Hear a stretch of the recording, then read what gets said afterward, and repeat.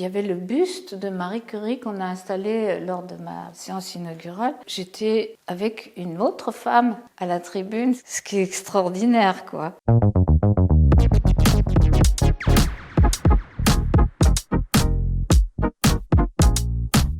J'étais très honorée, très heureuse. C'est au terme, on va dire, de plusieurs années de travail à l'intérieur de l'académie. On doit faire la preuve qu'on est quelqu'un digne d'intérêt et digne d'apporter quelque chose à la compagnie. C'était pas tout à fait le vertige.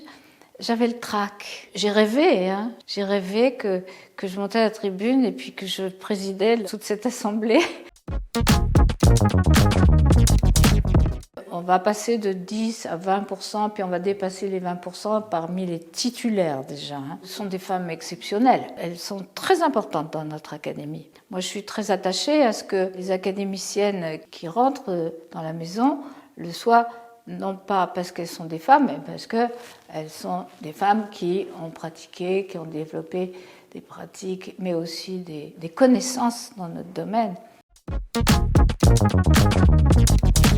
L'Académie de médecine est une compagnie, donc une assemblée de médecins qui sont de diverses spécialités, des chirurgiens, des biologistes, des pharmaciens, des professionnels de la santé publique, des vétérinaires. Tous ont été demandés à l'origine auprès du roi Louis XVIII qui a créé notre compagnie pour donner des informations sur la santé, sur les maladies et sur l'art de guérir.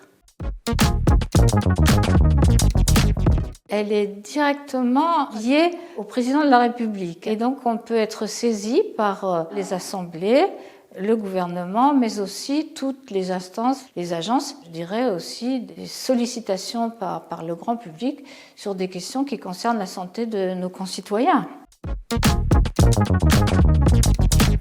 Tous les mardis après-midi, il y a une séance qui est ouverte au grand public et au cours de laquelle on prononce des avis, des recommandations sur comment soigner les maladies ou la découverte des mécanismes de certaines maladies. Ensuite, il y a des groupes de travail toute l'année qui sont en charge de rédiger des rapports sur des questions d'actualité. Ce rapport, il est voté, il est approuvé par tous les académiciens et puis ensuite il est publié et il est envoyé à tous ceux qui en auront besoin pour prendre des décisions au niveau de notre pays.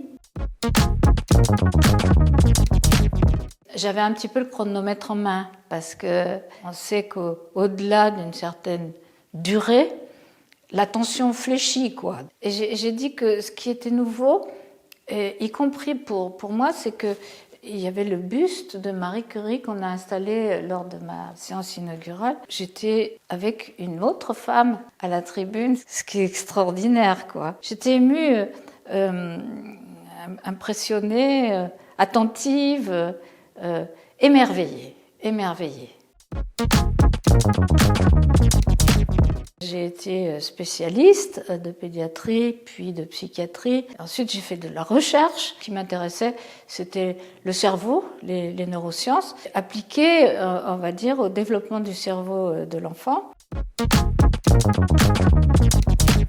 C'est mon professeur à la faculté qui m'a emmenée dans son service. Et puis j'ai découvert un pavillon d'enfants qui était tellement étrange et dont on ne savait pas pourquoi ils étaient comme ça, que je me suis lancée dans la recherche et puis tout le développement de pratiques, non seulement à l'hôpital, mais surtout auprès des familles et auprès de notre société.